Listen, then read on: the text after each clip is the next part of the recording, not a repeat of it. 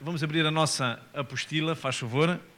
Nós estamos a falar sobre anjos e já falámos ontem sobre a natureza e anteontem sobre a origem dos anjos. Esta manhã vamos falar sobre a queda dos anjos e a sua classificação. Como é que nós podemos perceber esta organização, a organização dos anjos? Primeiro vamos falar sobre a queda dos anjos. Os irmãos estão a abrir. É bom termos esta apostila, já tenho mostrado lá na escola a alguns irmãos, para que eles também, quando fizerem as suas escolas bíblicas, se entusiasmem e possam publicar uma apostila assim, porque é muito interessante, também valoriza a escola e além do momento importante em que podemos estar aqui a acompanhar, os irmãos podem ter em casa. Estou a fazer publicidade ao método porque acho que é muito importante. Os irmãos também podem levar para casa e levam esta matéria, muita desta matéria, como os meus colegas estão a fazer, de certeza que muitas coisas que nós dizemos, ou melhor, algumas que estão aqui, nós nem chegamos a falar aqui, mas os irmãos podem levar para casa e estudar. Portanto, os meus parabéns também pela maneira muito bonita como os irmãos têm tudo organizado. Sim, senhora. Ok, graças a Deus. Estava aqui a tentar ver a figura que os irmãos colocaram para a angelologia. E este é um anjo bom, não é? Muito luminoso. Mas é a ideia, quando pensamos em anjo, pensamos nisto, não é? Luminoso. Muito bem.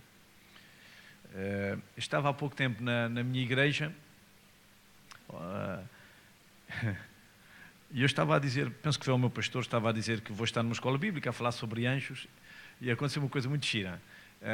Os irmãos que estavam a gravar as imagens, eu estava a ver mesmo em frente no placar, no ecrã, estava a ver a minha imagem por detrás, eles estavam a gravar por trás. E eu olhei para a minha cabeça aqui em cima e como já tenho o cabelo muito branco e uma mistura branco e preto, sabe o que é que eu vi aqui atrás?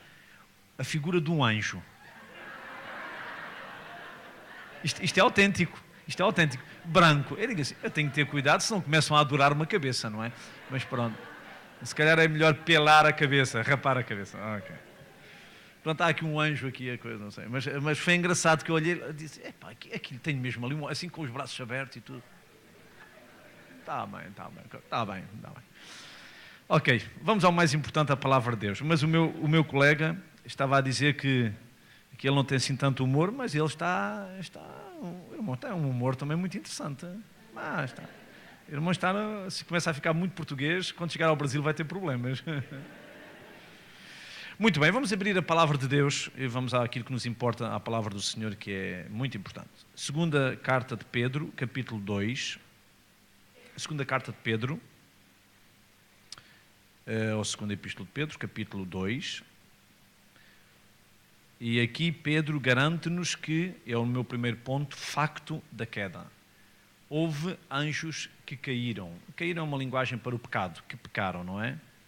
Assim como Adão e Eva tiveram a sua queda espiritual, assim também aqui em 2 de Pedro, nós encontramos que os anjos, alguns, nós não temos a certeza, há uma interpretação, quando nós estamos a ler Isaías 14, certamente quem lê estas coisas já percebeu um pouquinho a opinião sobre aqueles textos, Isaías 14 e Ezequiel 28, são textos que são escritos, inclusive um é para o rei de Tiro, são escritos para personagens históricas, mas já há quem defenda também que há ali uma reprodução espiritual da queda de Satanás, porque fala da queda dele, há ali uma linguagem que vê-se que transcende o comportamento histórico de algum rei daquele tempo. Portanto, parece que, eu digo parece, não temos certeza absoluta, que quando a palavra de Deus está a ser dita por aqueles profetas, há um aproveitamento da queda espiritual de Satanás para também avisar aquele rei da sua possível queda. Aliás, a Bíblia prevê isso até para nós.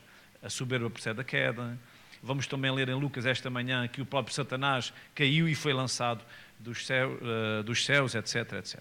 Portanto, o diabo deve ser o maior exemplo pela negativa do que acontece a alguém que é soberbo. Certo, irmãos? Então, 2 de Pedro, capítulo 2. E versículo 4 diz, porque se Deus, e o contexto está exatamente naqueles falsos profetas que também estariam a enganar a igreja, a enganar o povo de Deus, os tais falsos mestres, e no contexto dos falsos mestres, prevendo Pedro, pela inspiração do Espírito Santo naturalmente, prevendo Pedro que também eles poderão cair como Satanás caiu e aqueles anjos caíram, Os irmãos reparem, quando é preciso admoestar, quando é preciso mostrar o perigo do engano e da arrogância, às vezes pode-se usar o exemplo mais difícil, e é o caso. Verso 4, aliás. Porque se Deus não perdoou aos anjos que pecaram, Deus não perdoou aos anjos que pecaram. É verdade que nós não sabemos porque é que Deus não perdoou aos anjos, não deu uma chance, e a nós deu-nos. Nós não sabemos. Isso está nos desígnios dele. Nunca ouvi ninguém explicar isto, não encontro na Bíblia qualquer hipótese de explicação sobre esta questão, mas o que é certo, e está aqui, é que Deus não perdoou aos anjos que pecaram. Agora, um pequeno princípio, é que o pecado sempre é resultado da desobediência a um teste. E Deus colocou um teste a Adão e Eva, não foi? Foi uma árvore, colocou lá a árvore e disse: vocês comam todas, mas não comam daquela. O diabo, que já tinha também sido testado, e os anjos, os demónios, e que não passaram no teste, o maroto tentou e persuadiu Eva a também não passar no teste, e ela não passou no teste. Mas há uma coisa que me fascina, talvez esta seja uma pequena explicaçãozinha sobre a diferença entre os anjos que pecaram e nós que pecamos, mas eles não são recuperáveis e nós somos, é que o diabo inventou o pecado. E nós somos influenciados para o pecado. Esta é uma diferença abismal. Portanto, o diabo foi o criador do mal. Ele próprio teve a ideia, a primeira grande ideia de se debater com Deus, se confrontar com Deus. E nós, pela graça de Deus, eu posso dizer pela graça de Deus, por isso é que nós somos recuperáveis. Quando nós pecamos e nós falhamos, é por causa da influência que Satanás coloca em nós. É a tentação, é a pressão que vem do lado de fora. Talvez esta seja uma pequenina explicação para a diferença entre aqueles que pecaram e não têm recuperação, os anjos, e nós que temos. Talvez seja uma pequena ajuda. Não estou a confundir ninguém com isto, não. Não, graças a Deus. É bom. Porque às vezes há irmãos muito engraçados, não sei, irmão está, aleluia, amém, mas depois aquilo não perceberam, não. Teste de limites. E limites, exatamente, e limites. Deus deu os limites também a Eva, não é? Mas é engraçado, o diabo também é um grande maroto. Ele está sempre a colocar a lupa, isto é fantástico. Havia um jardim enorme, eles podiam comer tudo. Porquê é que quando temos tanta coisa para comer, temos que comer daquela... Sabe que essa natureza ainda está em nós. Está ou não está? Parece que o proibido é que é desejado. Pastor Josué, uma sugestão. Proíba os crentes de virem ao culto.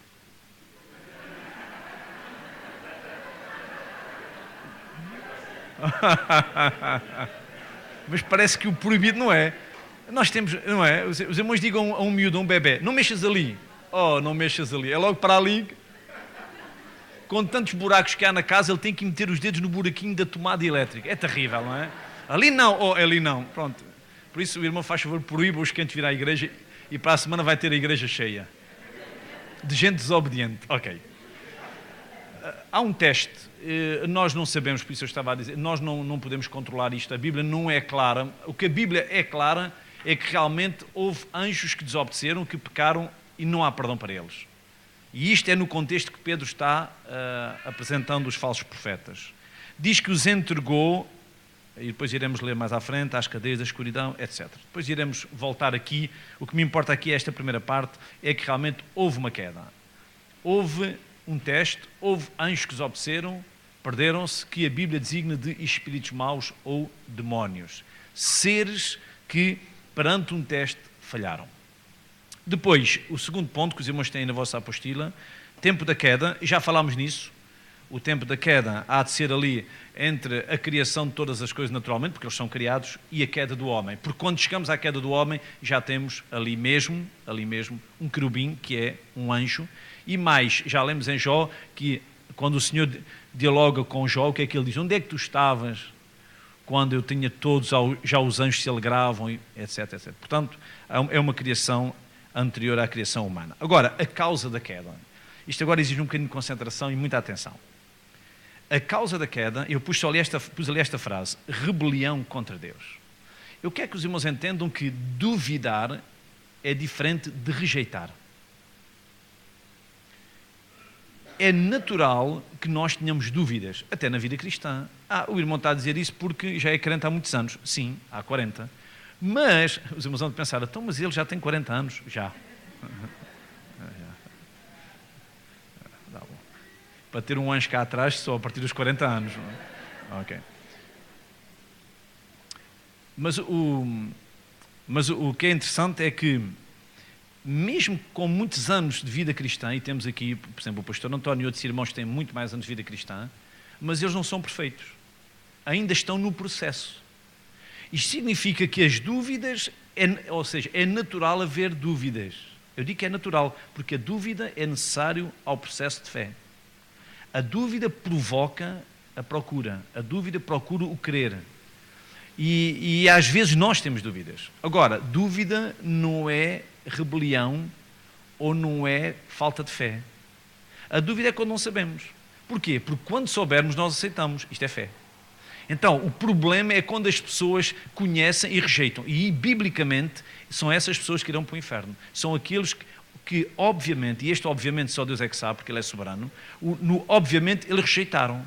E aqui, nesta causa da queda, foi a rebelião, foi exatamente o rejeitarem, o dizerem não. E a Bíblia tem uma temática muito interessante, que não é para nós aqui hoje, naturalmente, que é a blasfémia contra o Espírito Santo, que é em relação ao ser humano, que também está muito ligado a isto, porque a blasfémia contra o Espírito Santo é muito mais do que dizemos umas palavras, é muito mais do que uma atitude. A blasfémia é uma rejeição voluntária, decidida na base do conhecimento que temos. Portanto, não é uma pessoa que disse uma coisa porque calhou ou porque não sabia. Não. É uma rejeição intencional. E isso é que os anjos fizeram. Eles se rebelaram e por isso eles, usando a palavra, a terminologia, caíram. Vejamos aqui, faz favor, no vosso ponto 3, diz também que uns mantiveram-se em sujeição a Deus. Houve um irmão aqui, eu já não sei quem foi e nem preciso saber agora, mas que me disse assim, penso que foi na quinta à noite: o irmão tem que explicar, tem que falar sobre Mateus 18:10. Quem é que está? Quem é que foi? Não está aqui? É o seu marido, não está cá. Mas a esposa vai contar tudo o que eu disser agora. As mulheres sempre dizem estas coisas. Os maridos não, se fosse ao contrário. Então, amor, o que é que o pastor disse sobre aquele assunto? Olha, é aquelas coisas do costume. Os homens nunca dizem nada. Foi bom. Porque ele está a tentar despachar-se, não é? As mulheres não, vão contar tudo. Sabes, ele fez assim nos óculos quando falou. As mulheres vão dizer essas coisas todas.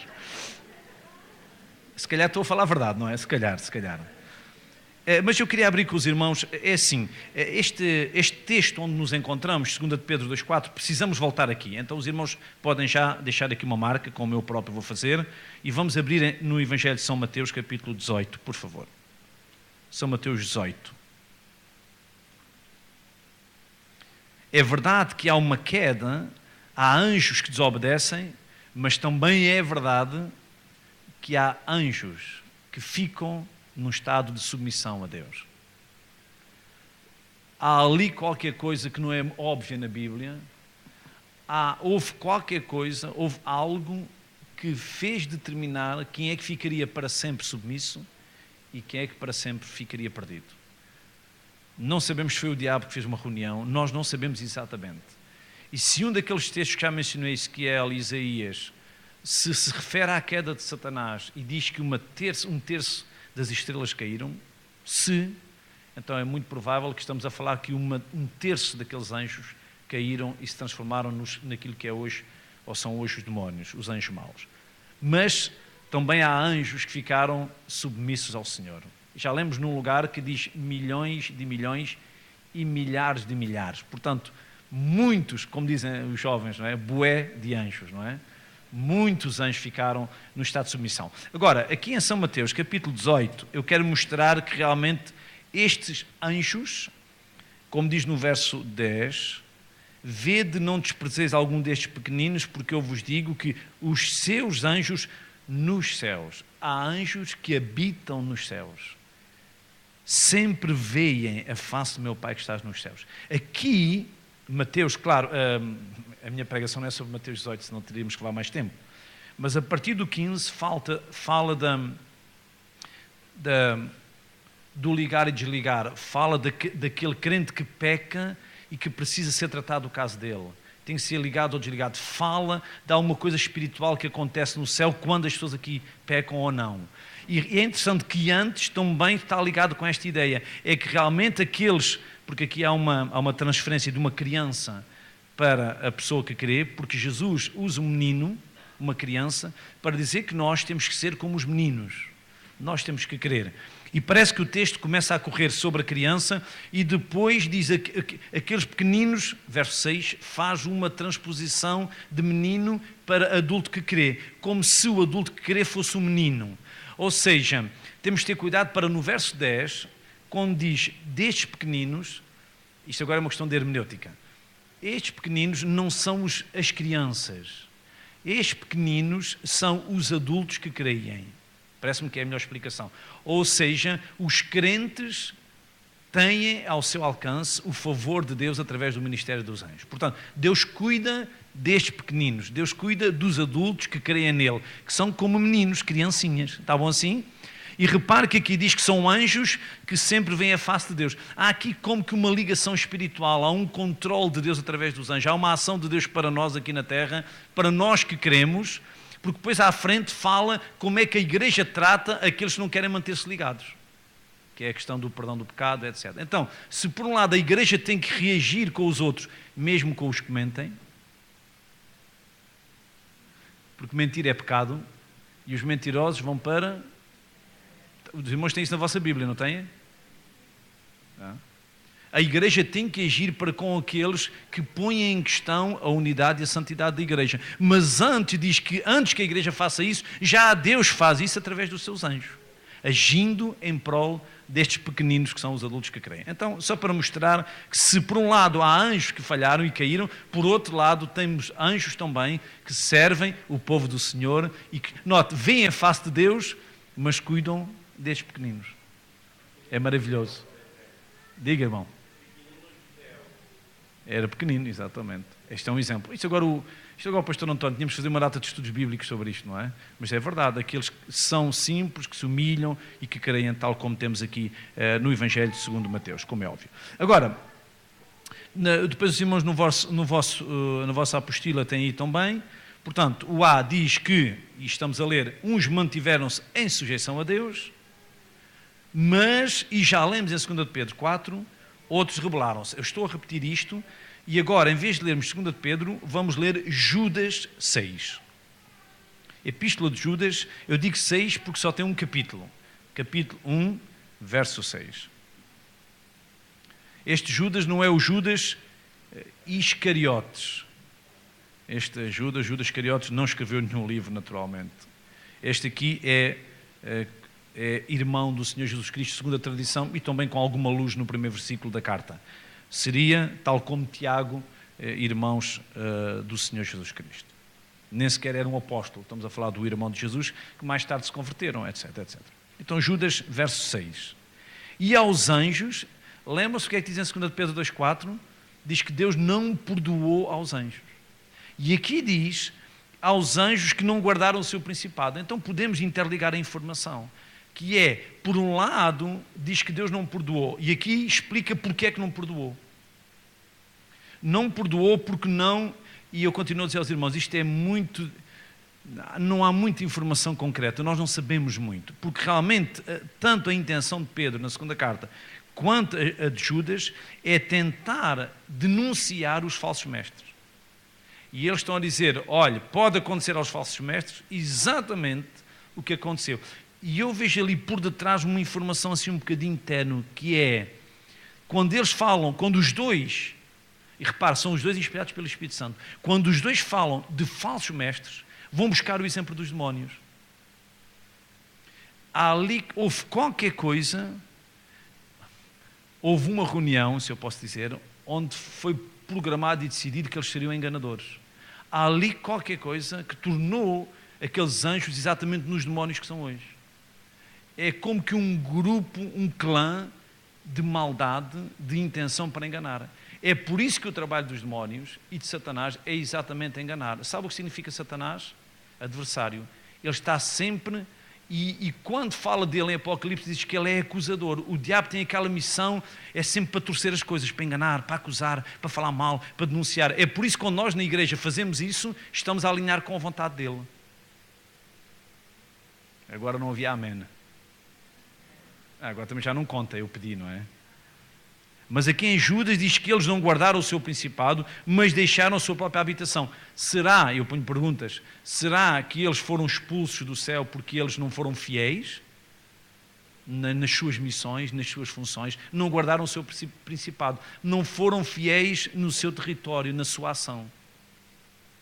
E os irmãos sabem que até nós, que às vezes ainda somos infiéis, quando entrarmos no céu, acabou, vamos ser sempre fiéis. Não se é possível estar no céu sem ser fiel. E eu quero ser fiel já cá em baixo. Quero começar a treinar. E os irmãos, não é? E diz que eles deixaram o seu lugar. E o que é que Deus faz? Reservou na escuridão, etc. Isto iremos falar um pouquinho mais à frente. O que nos importa aqui é reforçar a ideia de que houve anjos que se mantiveram fiéis e outros que foram infiéis, não cumprindo as suas obrigações, seja lá o que for, fosse o que for.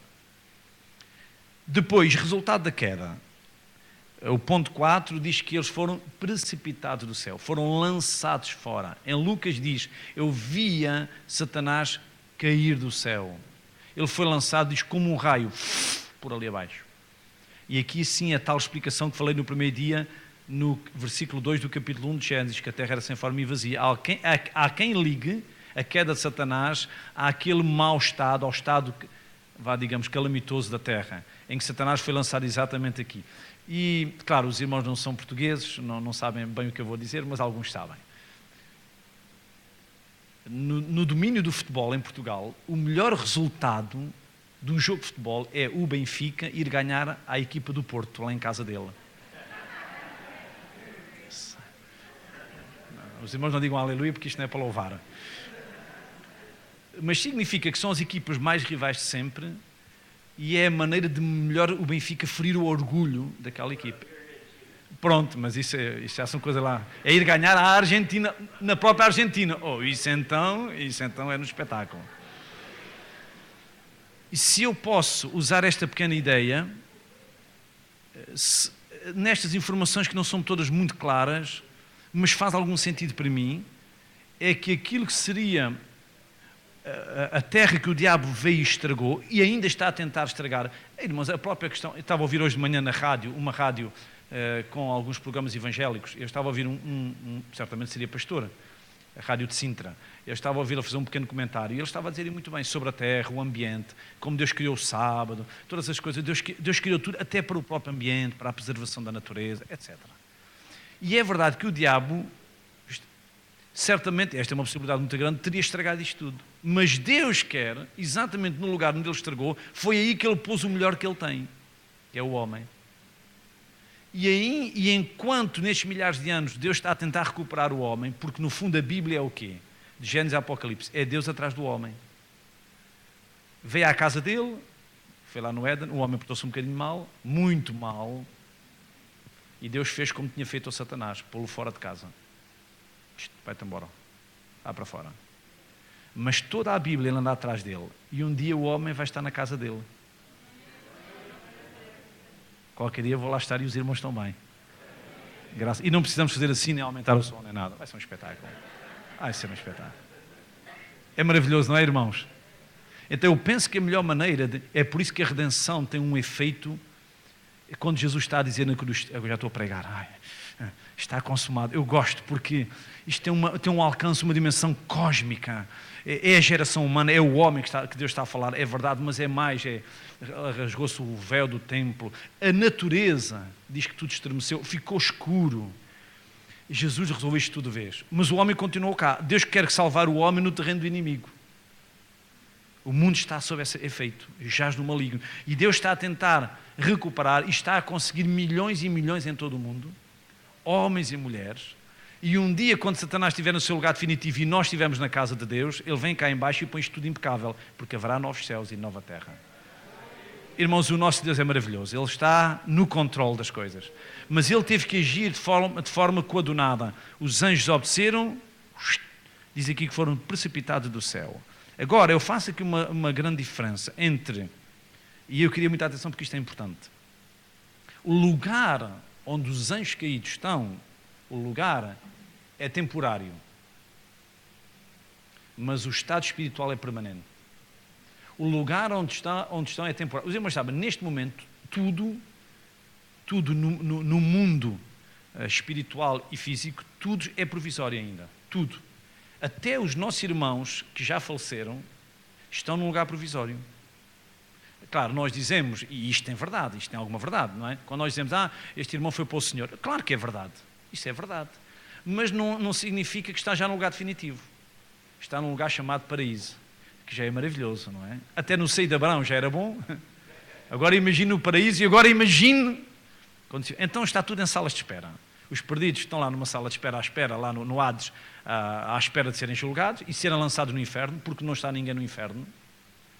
E também ainda não estão totalmente no céu, estão lá no paraíso, que é um lugar impecável, muito bom, mas estamos todos à espera. Os crentes estão à espera do arrebatamento e os outros estão à espera do juízo final.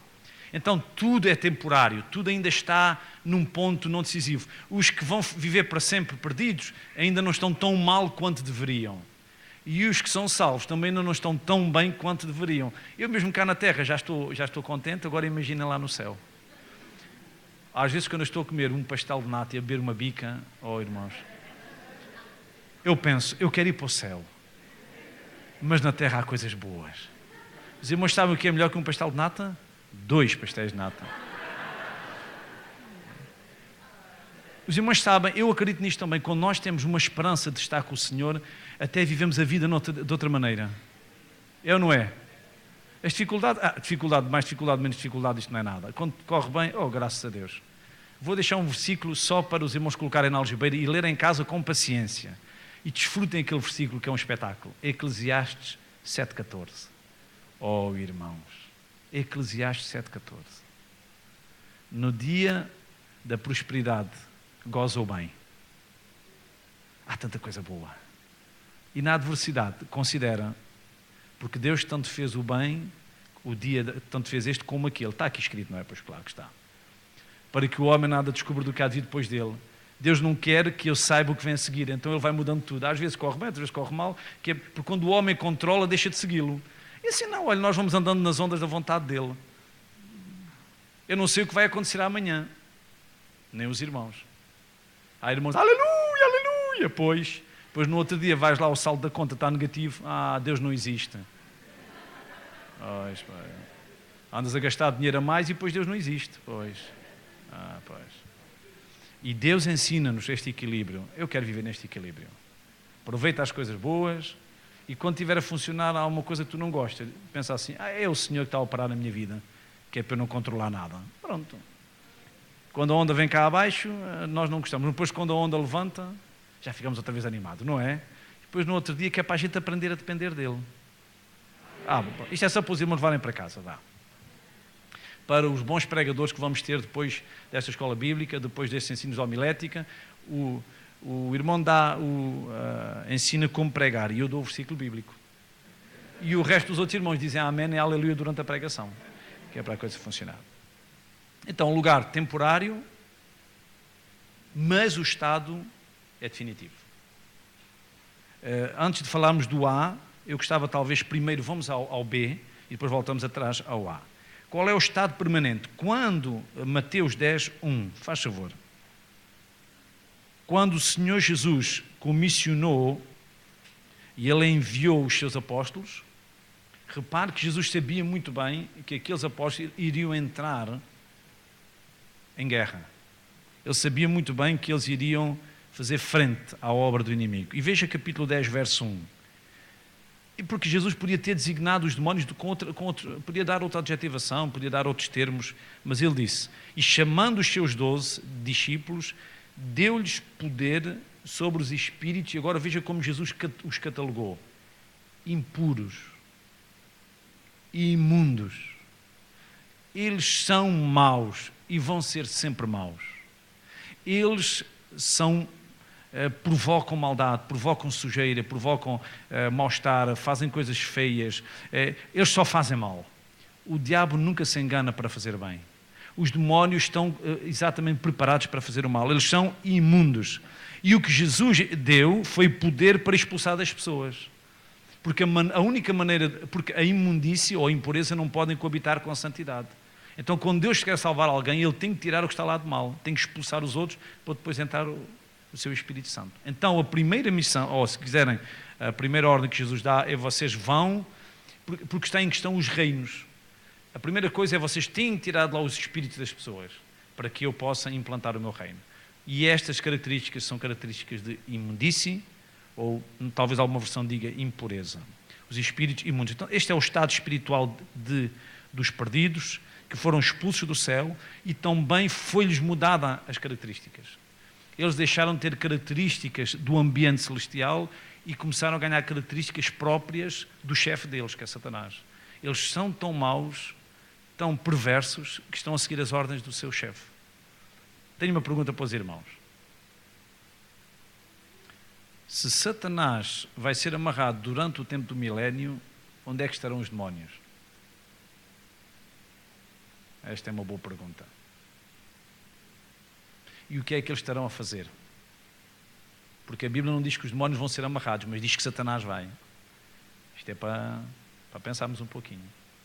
Eu tenho a minha opinião, mas a minha opinião é só uma opinião pessoal.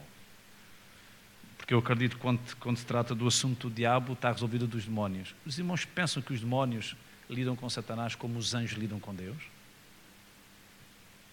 Satanás é mau. Os irmãos sabem que as pessoas, quando estão em chefia e são más, os outros que estão sob a sua autoridade são vítimas das suas vontades, das suas loucuras. E eu não sei se os demónios já não estão arrependidos de terem portado mal. Eu não sei. Mas eu acho que eles, quando Satanás está amarrado, porque eles não... Os irmãos sabem, os paradigmas de comportamento dos demónios não são como os dos anjos de Deus. Os anjos de Deus, e nós somos um pouquinho parecidos com os de Deus. Nós servimos a Deus com prazer, com alegria, voluntariamente. Nós não estamos aqui porque Deus nos obriga. E isto ainda me dá mais paixão por Ele. Está certo ou não? Agora tens que me servir. Deus nunca faz isso. E Ele poderia fazê-lo, tem direito a fazê-lo e não faz. O diabo é exatamente ao contrário. Não tem direito para nada, não percebe nada, só estraga. Mas quer controlar tudo. O nosso Deus é maravilhoso. Ele deixa tudo à nossa escolha. Ele quer a nossa vontade. E isto a mim fascina-me, porque eu quero é agradar-lhe. Eu quero é fazer a vontade dele. Isto é como os casais, não é? Agora tens que me dar um beijinho para dizer que gostas de mim. E o marido puxa a cara da esposa e ela... Mas quando ele traz uma prenda, oh meu amor, dá-me um beijinho e ele... deixa eu estar isso, mulher. Os homens não percebem nada disto. São secos, pá. Deixa eu estar... Oh filho, deixa-me dar-te um beijinho. É tão bom quando é voluntário. Não é? Os irmãos têm que ir ao culto. Não, irmãos. São os crentes que eu quero ir ao culto. E quem diz o culto diz outras coisas da nossa vida cristã. Então, de certeza, a Bíblia também não é muito clara sobre isto. Porque a Bíblia não é um tratado sobre os demónios. É um tratado sobre Deus. Os demónios estão ali ali ao lado na boxe, para a gente de vez em quando ir lá buscar, para perceber que realmente nós estamos num mundo sujeito a muita pressão, a muitos ataques, mas graças a Deus que o Senhor está connosco. Mesmo no mundo. Recebi há um tempo atrás um e-mail de um colega meu, de um colega nosso, pastor, e ele dizia, o mundo está em crise e a igreja está em Cristo. Pronto. Está resolvido, não está, irmãos? Está ou não está? É que nós estamos no mundo, mas não somos do mundo. É possível estar no território do diabo, vivendo com o território de Deus. Nós somos o reino, eu sou o reino de Deus com pernas. Olha, agora vai aqui o reino de Deus. Não é fantástico? Okay. Os irmãos não pensam nestas coisas? É verdade que os demónios andam para aí a atacar as pessoas, mas é verdade que quem está dentro de nós é o Espírito Santo, que faz ele o controle.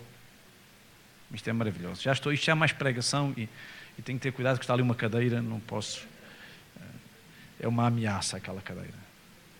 Agora sim, irmãos, vamos voltar à palavra de Deus, 2 de Pedro 2,4. Eu digo isto, mas fico muito contente que os irmãos têm as coisinhas... não é, irmãos, eu sinto ficar mais tempo. Calma. Deus também é um Deus de ordem. Por isso, quando o irmão se quiser sentar... 2 de Pedro 2,4. Reparem, eu tinha dito, o nosso A, que o lugar onde eles estão é temporário. Mas aqui temos que abrir duas vias. É temporário para os demónios, mas dentro dos demónios, desse estado ou desse lugar temporário, também há dois lugares distintos, se posso dizer. Alguns deles estão presos. Eu já ouvi um comentário, e não sei se não será interessante até dizê-lo aqui. Alguém disse que se aqueles demónios andassem à solta, destruíam tudo. Eu não sei isso. Mas alguns dos demónios estão presos e há outros que estão soltos. Eu vejo a graça de Deus até nisto. É que Deus arranjou o cenário de tal maneira em que o ser humano que quiser pode segui-lo, ser fiel a ele e viver debaixo do seu domínio, mesmo jogando na Argentina. Pode-se ganhar o jogo.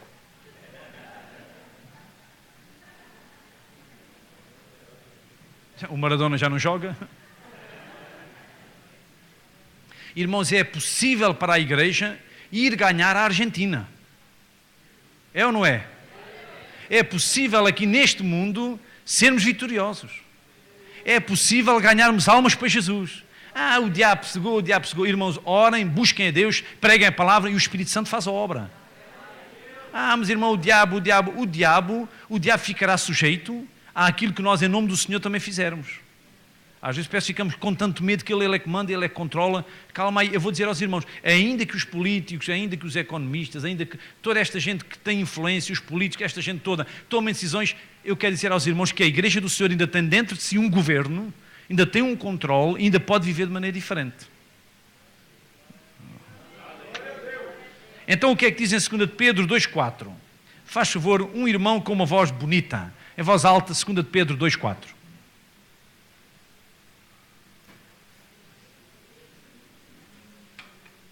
Pode ser um irmão com uma voz horrível. Então vou ler eu, está bem? Porque se Deus não perdoou aos anjos que pecaram, mas havendo-os lançado, em Lucas 10, que ainda não lemos, mas iremos ler certamente, diz que Satanás foi lançado do céu. Aqui diz que ele diz, havendo-os lançado no inferno. Agora reparem uma particularidade. Quando lemos inferno, normalmente nós, quando usamos o termo inferno, estamos a pensar no lugar definitivo onde ficaram os perdidos. Mas nem sempre, quando aparece a palavra inferno, já é uma referência àquele lugar definitivo. Aquele lugar, há uma terminologia que está em Mateus 25 e também em Apocalipse, no final do capítulo 20, a Bíblia chama-lhe lago de fogo e enxofre. Esta é a expressão exata que se deve usar. Claro que é o inferno, no sentido que é um lugar mau, terrível, mas a Bíblia fala de fogo e enxofre. E os irmãos sabem toda a conotação que isto tem. Ontem uma pessoa perguntou-me o que é enxofre. Mas lago de fogo e enxofre fala do quê? De sofrimento. Fala de um lugar horrível. E esta é a mensagem que está lá, lago de fogo e enxofre. Agora, há lugares, que é o caso, onde aparece a palavra inferno. Até eu gostaria de saber se algum irmão tem uma versão que tenha uma outra palavra aqui, lançado no inferno. Alguém tem? Só por curiosidade. Onde é que está aquela menina? Tártaro, está aí? Pastor Eruni. Está. Ok. Alguém tem uma outra versão? Portanto, Tártaro. Exatamente. Essa palavra Tártaro, claro, a palavra Tártaro não é uma palavra portuguesa, é uma palavra grega. Mas a palavra Tártaro pode ser traduzida... Obrigado, irmão.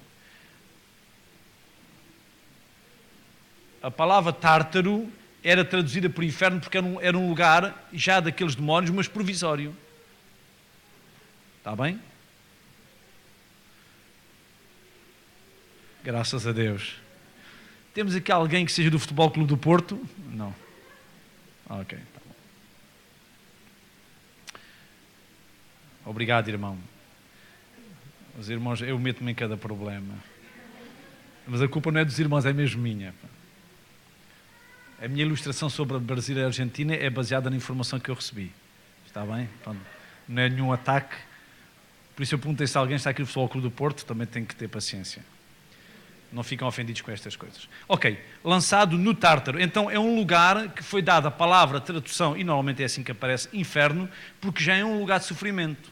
Assim como nós hoje também podemos dizer, os irmãos que morrem já estão no céu. E num sentido estão. Portanto, quem está no Tártaro está no inferno, já está num lugar de perdição, num lugar que já tem a ver com o sofrimento, um lugar terrível. É por isso que aqui diz que há anjos que foram lançados no Tártaro, foram lançados no inferno, foram lançados num lugar, e eu volto a dizer que é temporário. Repara aqui, ficando reservados para o juízo. Ainda é temporário. É um lugar onde eles já estão ali guardados, estão presos ali, portanto eles não podem sair de lá, só vão sair quando houver o tal juízo, porque é verdade que Deus vai julgar as pessoas, mas também é verdade que Deus vai julgar os anjos. Aliás, a Bíblia diz que nós vamos ser o agente desse julgamento. Não sei se já leram. Diz que nós vamos julgar os anjos, mas ok. Então, aqui nós temos esta expressão Tártaro, que fala do inferno. Então, capítulo 2, verso 4 de Pedro, eles estão a aguardar, estão a esperar. É temporário e estão a esperar. Depois, temos aqui no nosso ponto 2, potestades do ar, que fala daqueles anjos perdidos que estão livres e que estão a agir no mundo. Então, significa o quê? Que quando Satanás foi expulso do céu, e esses demónios, esses anjos caídos, também foram, uns foram aprisionados e outros ficaram livres, que são os demónios que estão por aí. Que a Bíblia diz, eu peço que os irmãos abram comigo, por favor. Há aqui muitos versículos, os irmãos depois em casa podem fazer a leitura. Mas eu gostava de abrir com os irmãos então aqui um pouquinho. Vamos abrir em São Mateus 12, 43. Mateus 12, 43.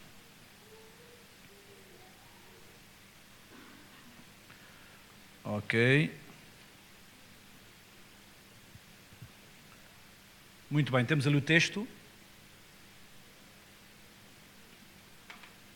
Vejam quando o espírito imundo sai das pessoas. E quando o espírito imundo tem saído do homem, anda nos ares. O lugar que Deus destinou aos demónios é nos ares, lugares áridos. Diz que anda à procura de alguém para voltar a entrar. Os demónios estão, por isso é que diz que eles são os potestados, os poderes do ar. Está lá em Efésios 2, 2, também podem ler. Portanto, aqui na queda são precipitados, volto a repetir, estão uns aprisionados e estão outros livres para fazer o trabalho do diabo, porque são esses que andam por aí a estragar isto tudo. Ok? E vamos agora só para a classificação dos anjos. Eu penso que esta parte é uma parte muito longa, teremos que continuar na parte da tarde, mas vamos já introduzir a classificação deles. Aqui, irmãos, há muitas opiniões. Eu coloquei na vossa informação só o que é que os protestantes, no geral, acreditam. Eles acreditam, ou dividem, já agora, posso ouvir um irmão ler, aí em baixo, para ver se os irmãos estão com o vosso material nas mãos. Os protestantes, faz favor, um irmão queira ler. Obrigado.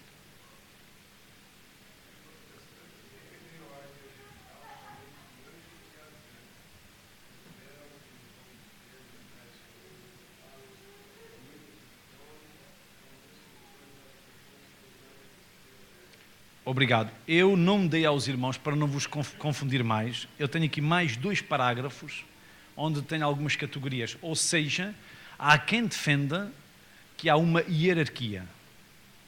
Assim também como defendem que há uma hierarquia para os anjos de Deus. E eu pessoalmente não tenho umas dificuldades com essa possibilidade. Agora deixa-me dizer isto aos irmãos. O que é óbvio na Bíblia não é hierarquia, é funções. Eu não estou a dizer que não há hierarquia, mas não é claro para nós que um anjo dá ordem ao outro. Isso não é claro na Bíblia. É claro que Deus dá ordens aos anjos, em geral. Mas também é verdade que temos outras designações para os anjos. Mas não é perceptível que a hierarquia, é perceptível é a função. Por exemplo, serafim, há uma classe de anjos que são os serafins, como está em Isaías 6. Mas a palavra serafins significa ardentes. E eles estão na presença de Deus, são eles os guardiães da glória de Deus. Eles estão ali a promover a glória de Deus. Ora, quando eu leio serafins e que são anjos, eu estou a conotá-los com a adoração, com o trono de Deus. Não sei se estão a ver a ideia. Então, às vezes, quando nós estamos a ler as categorias dos anjos, fica sempre a dúvida. Claro que há uns que defendem, por exemplo, que o termo genérico é anjos e depois temos a hierarquia anjos, arcanjos, serafins e querubins. Isto também é muito reconhecido. Mas eu não tenho tanta certeza sobre isso. Até que, quando falamos de arcanjo, a palavra, o prefixo arc significa chefe. E quando nós falamos de arcanjo, ou chefe dos anjos, só temos na Bíblia o nome de um arcanjo. Já agora, alguém consegue? Miguel. O único anjo a quem a Bíblia chama chefe é o Miguel. E que, por sinal, também o coloca... Aliás, depois, vamos lá, arcanjo só temos um, mas nomes só temos dois. É o arcanjo Miguel e o anjo Gabriel. São os únicos nomes. Então, quando se fala de nomes, quando se fala de hierarquia, há aqui sempre algumas dúvidas. Agora, o que é óbvio são as funções que eles têm, que é livrar os crentes, a glória de Deus. Isso é óbvio. Então, eu não gosto muito de dogmatizar hierarquias, porque não tenho assim tanta certeza, mas de certeza que fala das funções. Aqui, como o pastor leu, diz que os protestantes defendem a classe mais gerais em anjos e arcanjos, como se houvesse os anjos todos e depois há uns chefes.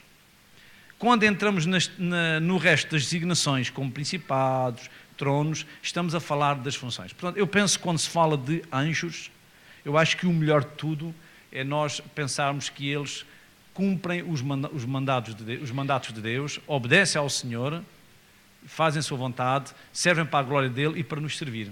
São as funções deles. Eu penso que é melhor ficar por aqui, o resto fica para os entendidos.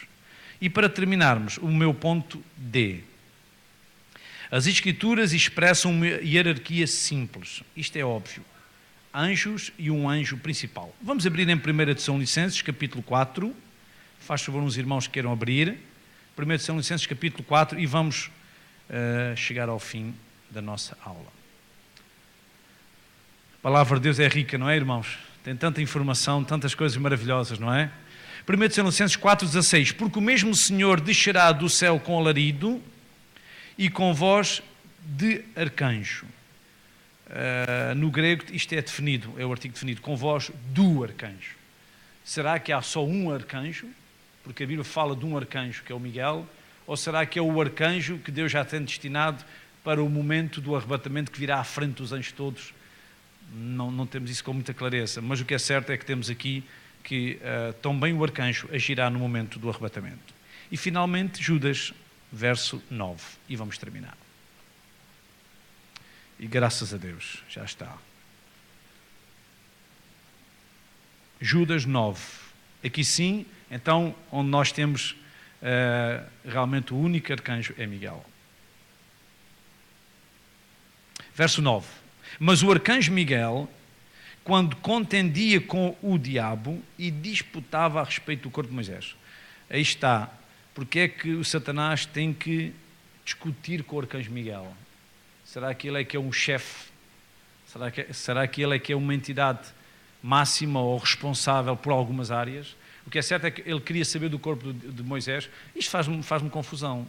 Mas Moisés não foi enterrado aqui no mundo, cá embaixo na terra. Foi.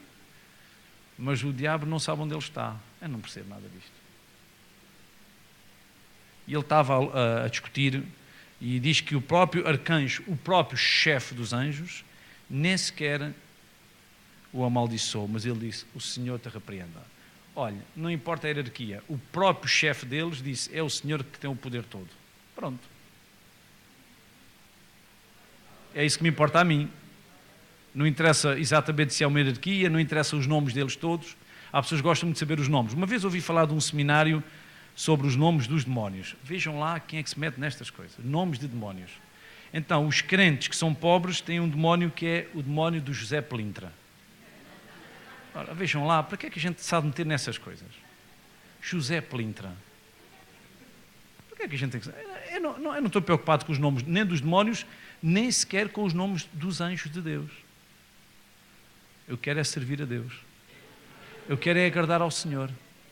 E depois Deus usa os anjos dele quando Ele quiser, à maneira que Ele entender. Eu sei que é sempre para meu bem e para a glória dEle. E já está. E isto é que é fundamental. Vamos ficar de pé, faz favor, está bem, irmãos? Vamos dar graças a Deus também pela palavra dEle e continuar a orar também por nós os três, para que o Senhor nos ajude e nos dê sabedoria e graça para apresentar esta palavra, que é a palavra do Senhor, não é? A palavra de Deus. Senhor, somos gratos nesta manhã. Gratos pela palavra que vem de Ti, Senhor. Esta é a Tua palavra e queremos mais uma vez, Senhor, recordar com gratidão o Teu auxílio, a Tua provisão, a Tua ajuda, que muitas vezes vem a nós nesta forma, através dos Teus anjos. Obrigado pelo Teu cuidado, a Tua proteção e a Tua bênção.